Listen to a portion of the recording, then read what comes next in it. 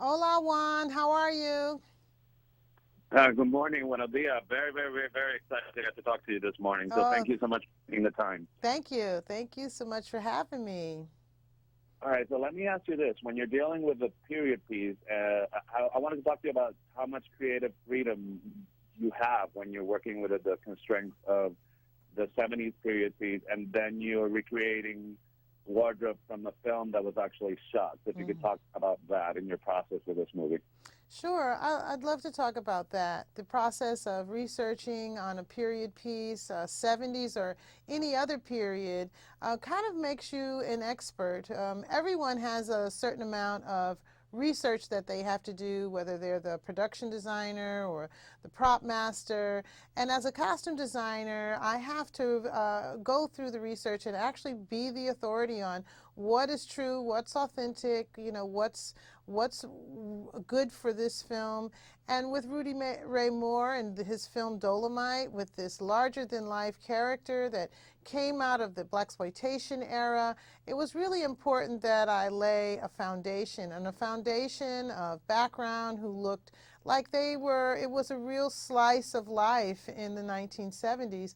And that helped me with the creation of the Dolomite character because he was larger than life. And if we attempted to put out there a background look that was zany or funny or made jokes about the era and the clothing of the era, it would leave us no foundation. So the foundation had to be very real. The supporting actors had to all have individual style. So when I was dressing Snoop Dogg as the radio DJ in the record store, we looked at album covers. We looked at Stevie Wonder.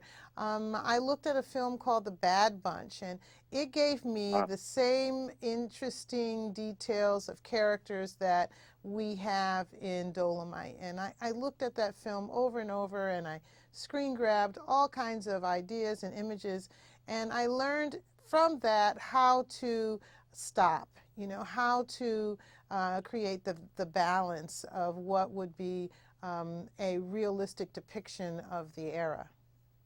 All right. So you've worked many times with Eddie, and then you've obviously worked with him again on Coming to America too. Is it always the same with him, or do you guys sort of adjust regarding depending on the project that you're working on?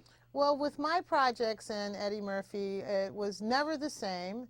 And it's always a matter of you bringing the best you can to the plate. And he is someone who is a brilliant performer. He's brilliant with characterizations.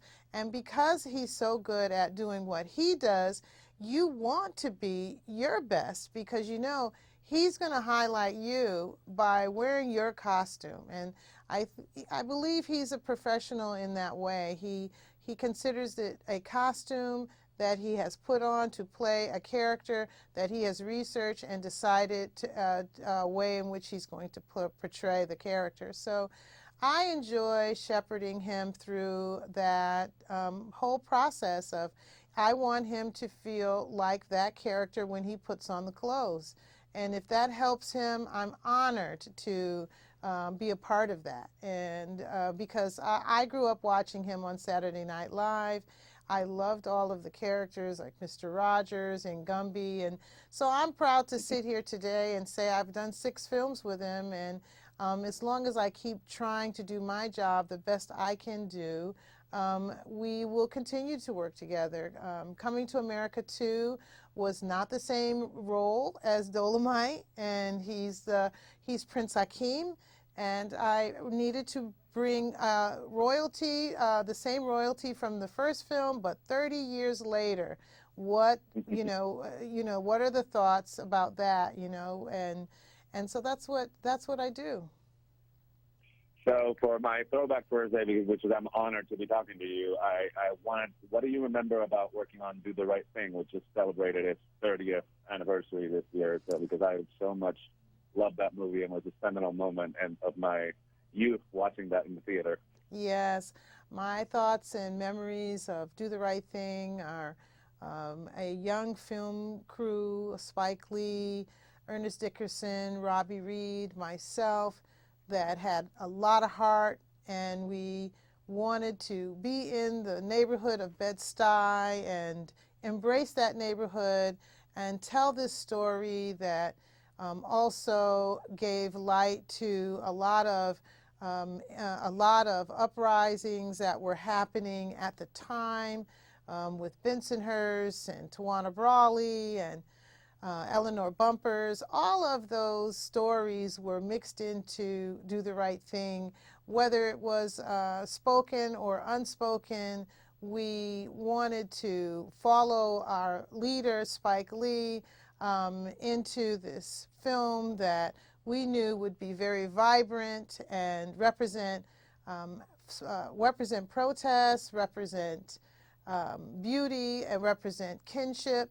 And my thoughts about like the work in Do the Right Thing, have everything to do with the hottest day of the summer.